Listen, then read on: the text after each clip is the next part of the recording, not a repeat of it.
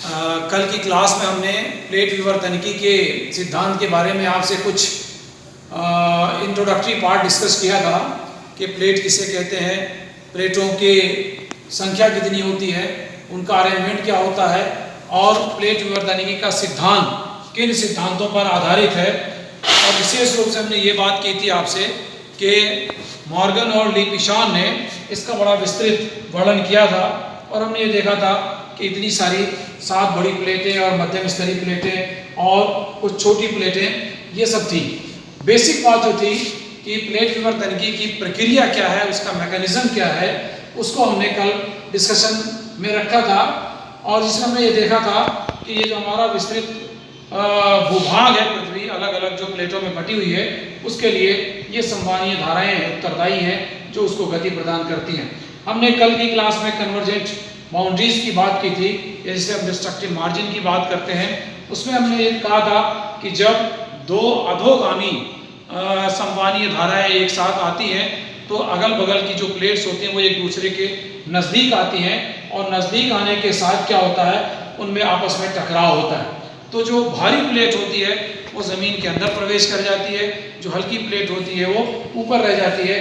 जो नीचे प्रवेश करती है भारी प्लेट वो एस्टेनोस्फीयर में जाके और वहाँ चूँकि तापमान ज़्यादा होता है पिघल के फिर वो उसमें मिक्सअप हो जाती है। जैसे आप देखें ये दो प्लेटों का हमने कल की क्लास में उदाहरण भी देखा था कि ये भारी प्लेट एस्टेनोस्फीयर में गई और उसके बाद ये यहाँ मेल्ट होकर ख़त्म हो जाती है, विलुप्त हो जाती है, समाप्त हो जाती है, इसीलिए इसको डिस्ट्रक्टिव मार्जिन कहते हैं। ये जो हमारी अभिसारी किनारा है, यहाँ दो प्लेटें टकराती हैं। इस चित्र में ये देखा गया है कि एक जो है वो ओशनिक क्रस्ट मीन्स महासागरी और दूसरा कॉन्टिनेंटल क्रस्ट मीन्स महाद्वीपी। ये दोनों जब टकराए तो क्या क्या फॉर्मेशन हुआ, हमने उस दिन देखा था कि इसके फॉर्मेशन में जब रिजल्ट क्या होता है, हमने ये भी डिस्कशन किया था कि मेटामॉर्फिज्म यानी जो रॉक जो चट्टानें अंदर प्रवेश कर गई उनका कायांतरण हो जाता है तापमान और ऊपरी दबाव की वजह से।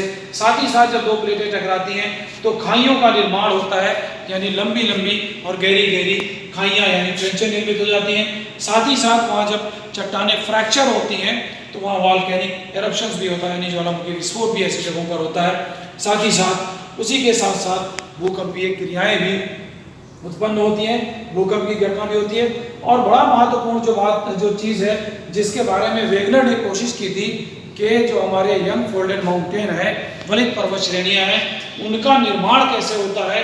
तो ये जो प्लेट विवर्तन के सिद्धांत है, जब दो प्लेटें आपस में मूव कर एक दूसरे के पास आती हैं तो उनके दबाव की वजह से उनके किनारे पर जो पदार्थ एकत्रित होते हैं उनमें वलन पड़ जाता है, जिसकी वजह से ये फोल्डेड माउंटेन का निर्माण होता है, यानी वलित पर्वतों का। साथ ही साथ आइलैंड आर्क का भी निर्माण होता है जब अभिसरण होता है। तो ये एक बेसिक चीज़ जो है वो अभिसरण का यहाँ दिखाया गया है। इसमें अगर हम ये देखें खास तौर से कि अगर बाई चांस यहाँ तो एक महासागरीय और महाद्वीपीय प्लेट है, लेकिन ये अभिसरण कभी कभी ऐसा हो सकता है कि दो महाद्वीपीय प्लेटों के बीच भी हो सकता है। तो जब दो महाद्वीपीय प्लेटों के बीच होगा ये अभिसरण तो क्या होगा, उसमें से जिस महाद्वीप की चट्टानें भारी होंगी उस महाद्वीप का किनारा जो है वो नीचे हो जाएगा, उस प्लेट का किनारा, और जिस प्लेट का मटेरियल हल्का होगा वो ऊपर हो जाएगा। सेम इसी तरह की घटनाएं होंगी, लेकिन यहाँ खाइयों का निर्माण नहीं होगा। क्या होगा, विशेष रूप से ऐसे इस जगहों पर जैसे यहाँ आप देखें कि ये एशियन प्लेट और ये इंडियन प्लेट और ये अफ्रीकन प्लेट जब ये एक दूसरे की तरफ मूव कर रही हैं तो पूरी अल्पाइन पर्वत श्रेणियों का निर्माण यहाँ होता है। पूरी अल्पाइन पर्वत श्रेणियाँ जो है वो निर्मित हो गई यहाँ। ये आप देखें पूरी अल्पाइन पर्वत श्रेणियाँ, हिमालय पर्वत और आगे जाके एल्बुर्ज, पूरी अल्पाइन अब तक अफ्रीका और यूरोप तक ये जो पर्वत श्रेणियाँ हैं वो इन्हीं दो महाद्वीपीय प्लेटों के अभिसरण का ही परिणाम है, जहाँ पूर्व में टेथिस सागर था और वो टेथिस सागर पर दबाव दोनों तरफ से पड़ता है, यहाँ पर्वतों का निर्माण हो जाता है। तो जब ऐसा होता है, कभी कभी ये होता है कि दो महासागरीय प्लेट ही आपस में अभिसरित होती हैं, ऐसा भी हो सकता है। यानी जो संवहनीय धाराएं हैं अधोगामी, उन अगर उसके ऊपर महासागरीय प्लेट है तो महासागरीय प्लेटों के अभिसरण होने की वजह से, जैसे आप यहाँ देख रहे हैं पूरा ये छोटे छोटे द्वीपों का एक समूह, इसी को हम कहते हैं आइलैंड आर्क। ठीक है, चाप, द्वीपों का चाप बाकायदा बन जाना, ये महासागरीय प्लेटों के अभिसरण के कारण होता है। इस प्रकार हमने देखा कि अभिसरण की जो क्रिया होती है प्लेटों की, उसमें 3 तरह से हो सकती है। एक महाद्वीपीय, एक महासागरीय प्लेट अभिसरित हो सकती है, 2 महाद्वीपीय प्लेट अभिसरित हो सकती हैं, या 2 महासागरीय प्लेट भी अभिसरित हो सकती हैं। जब एक महासागर और एक महाद्वीप होता है तब वहाँ ट्रेंचेस का निर्माण होना, ज्वालामुखी का आना और अर्थक्वेक का आना, और यंग फोल्डेड माउंटेन, जैसे आप देखें ये पूरा रॉकीज पर्वत, ये पूरा एंडीज पर्वत, ये दोनों पर्वत इधर से प्रशांत महासागरीय प्लेट, इधर से अमेरिकी प्लेट के अभिसरण के कारण निर्मित हुए हैं। ये बहुत बड़ा एग्जाम्पल है जो वेगनर ने कहा था, पर वेगनर ने उत्तरदायी बलों के बारे में संतुष्टपूर्ण उत्तर नहीं दिया था। लेकिन प्लेट विवर्तन के बाद महाद्वीपीय जो वलित पर्वत श्रेणियां हैं उनका, तथा महाद्वीपों और महासागरों के बीच में जो निर्मित खाइयां हैं, गर्ते हैं, उनके निर्माण का पूर्ण रूप से जो है यहाँ जो है वो सिद्ध हो जाता है इस प्लेट विवर्तनिकी के सिद्धांत के बाद। इसी तरह से ये बहुत बड़ा एग्जाम्पल अपने आप में प्लेट विवर्तनिकी के लिए। तो उसके बाद जब 2 महाद्वीपीय प्लेटें एक दूसरे से टकराती हैं तो हमने देखा ये अल्पाइन पर्वत श्रेणी अपने आप में बहुत महत्वपूर्ण इसका उदाहरण है कि 2 महाद्वीप प्लेट एक दूसरे के पास आती गई और उसके बाद बीच का मटेरियल जो है वो उच्च पर्वतीय भागों में निर्मित हो गया। और हमने ये देखा कि जब 2 महासागरीय प्लेट आपस में एक दूसरे के पास आती हैं तब उनके बीच में आइलैंड्स का चूंकि दबाव पड़ता है, तो बीच का जो मटेरियल है वो धीरे धीरे ऊपर उठता है और महासागरों से ऊपर आ जाता है, जिससे द्वीपीय चाप का निर्माण होता है। ये सारी बातें थी हमारी कन्वर्जेंट बाउंड्री के बारे में, जिसमें हमने वो सारी चीज़ें देखी। और देखें आप इस कन्वर्जेंट बाउंड्रीज के, ये तो पूरा सिस्टम आपने समझ लिया। आगे दूसरी जो इंपॉर्टेंट बाउंड्री है वो है हमारी डाइवर्जेंट बाउंड्री या destructive margin, constructive margin. Divergent का मतलब होता है अपसारी किनारा, एक दूसरे से दूर जाती हैं जब प्लेटें। कैसे होता है, जब 2 धाराएं नीचे से आती हैं जो ऊर्ध्वगामी होती हैं, यानी अपवर्ड मूविंग जब धाराएं होती हैं, उनके ऊपर का जो स्लैब होता है वो एक दूसरे से दूर जाता है। तो जब दूर जाने को ही कहते हैं डाइवर्जेंट, यानी डाइवर्जेंस अलोंग वेलोसिटी बेसिस। तो क्या होगा, जब प्लेटें दूर जाएंगी तो बीच में क्या होगा, गैप हो जाएगा। उस गैप से क्या होता है, लिखा हुआ constant upwelling of molten basaltic lava. तो जब गैप हो जाएगा तो नीचे से लावा निकलना शुरू हो जाएगा, जो चूंकि महासागर है उस महासागर में जल्दी से वो सॉलिडिफाई हो जाता है, ठंडा होके ठोस रूप बदल जाता है और उसके बाद वही वो जमता चला जाता है। उसका एक बड़ा शानदार उदाहरण मैं आपको बताऊं, यहाँ देखें, ये है डाइवर्जेंट बाउंड्री का एग्जांपल। जैसे आप देखें ये एक कॉन्टिनेंटल क्रस्ट है, ये कॉन्टिनेंटल क्रस्ट है, या ऐसा कोई ओशनी क्रस्ट हो सकता है। तो जब यहाँ से दोनों मूव करेंगी बाउंड्री, देखिए ये टेंशनल फोर्स है, तो एक दूसरे से दूर जाते हैं।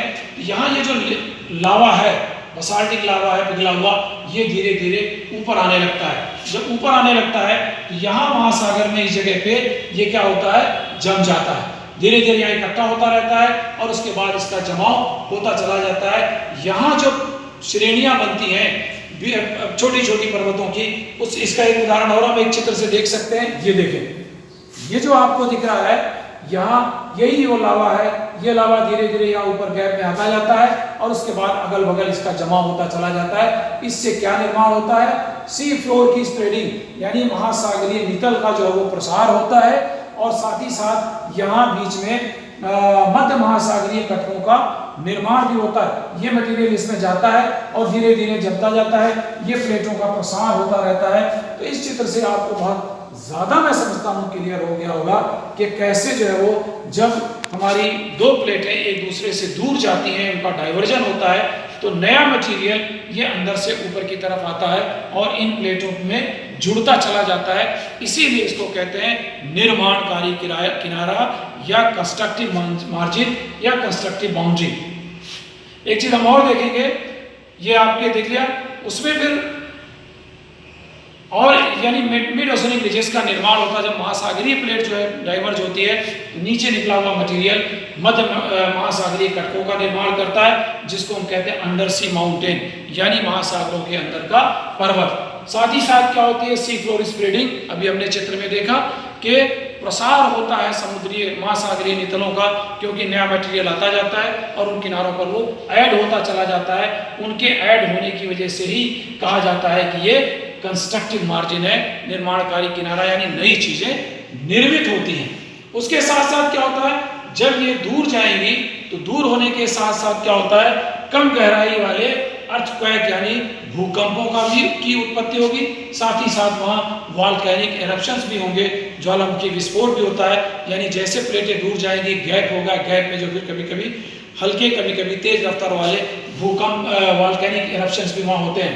एक बड़ी चीज़ है कि जब प्लेटें दूर जाती हैं तो जाहिर है वो गैप होता है। इसका बहुत बड़ा उदाहरण है रिफ्ट वैली जिसको हम कहते हैं। ये रिफ्ट वैली जो है वो भ्रंश घाटियाँ जिसको हम कह सकते हैं, इन घाटियों का भी निर्माण होता है। उसका बड़ा जीता जागता उदाहरण है हमारा ईस्ट अफ्रीका का। आप देखें वो कैसे रिफ्ट वैली बनती है, ये देखें ईस्ट अफ्रीका की रिफ्ट वैली, यहाँ से पूरा ये जो लाल चित्रा ग्रेट रिफ्ट वैली दिखा हुआ, यहाँ इथियोपिया से शुरू होते और रुवांडा और जिबूती और सारा होते होते मोजाम्बिक तक पहुंच जाता। पूरी एक लंबी जो है वो दरार घाटी बन जाती है। यहाँ अफ्रीका को देखें, ये रेड सी से होते हुए यहाँ इथियोपिया से होते हुए और पूरा जिबूती तक पूरी एक दरार घाटी का निर्माण हो जाता है। ये दरार घाटी अपने आप में डाइवर्जेंट प्लेट्स का एक बहुत बड़ा जीता जागता उदाहरण है कि कैसे प्लेटें जब एक दूसरे अपसरित होती हैं यानी दूर जाती हैं तो पूरा पूरा भूखंड भूखंड जो है वो अलग हो जाता है, फ्रैक्चर हो जाता है, जिससे ये रिफ्ट वैली का यानी वर्ष घाटियों का निर्माण होता है। अभी कल के अखबार में एक बड़ी जोरदार न्यूज़ आई थी राजस्थान पत्रिका में। यहाँ आप देखें हरियाणा में लिखा हुआ है कि नारनौला के पास धरती में अचानक आ गई 3 किलोमीटर लंबी दरार। यही दरार उसी दरार घाटी का एक छोटा सा रूप है जो कहीं भी किसी महाद्वीपीय हिस्से में या महासागरीय हिस्से में घटित हो सकती है। इस तरह से हमने देखा कि जब प्लेटें एक दूसरे से दूर जाती हैं, अपसरित होती हैं, तो कई तरह की घटनाएं होती हैं और जिनमें दरार घाटियाँ, पर्वतों महासागरीय कटकों का निर्माण होना और महासागरीय नितल का प्रसार होना, हल्के भूकंप आना और ज्वालामुखी का विस्फोट होना, ये तमाम सारी चीज़ें इन अपसरित प्लेटों के कारण होती हैं। तो आज हम अपनी बात यहीं खत्म करेंगे, कल इसको कंटिन्यू करेंगे कि जो हमारी तीसरी मार्जिन होती है कंजर्वेटिव मार्जिन, उसका क्या प्रभाव पड़ता है, उसका क्या रिएक्शन होता है। धन्यवाद।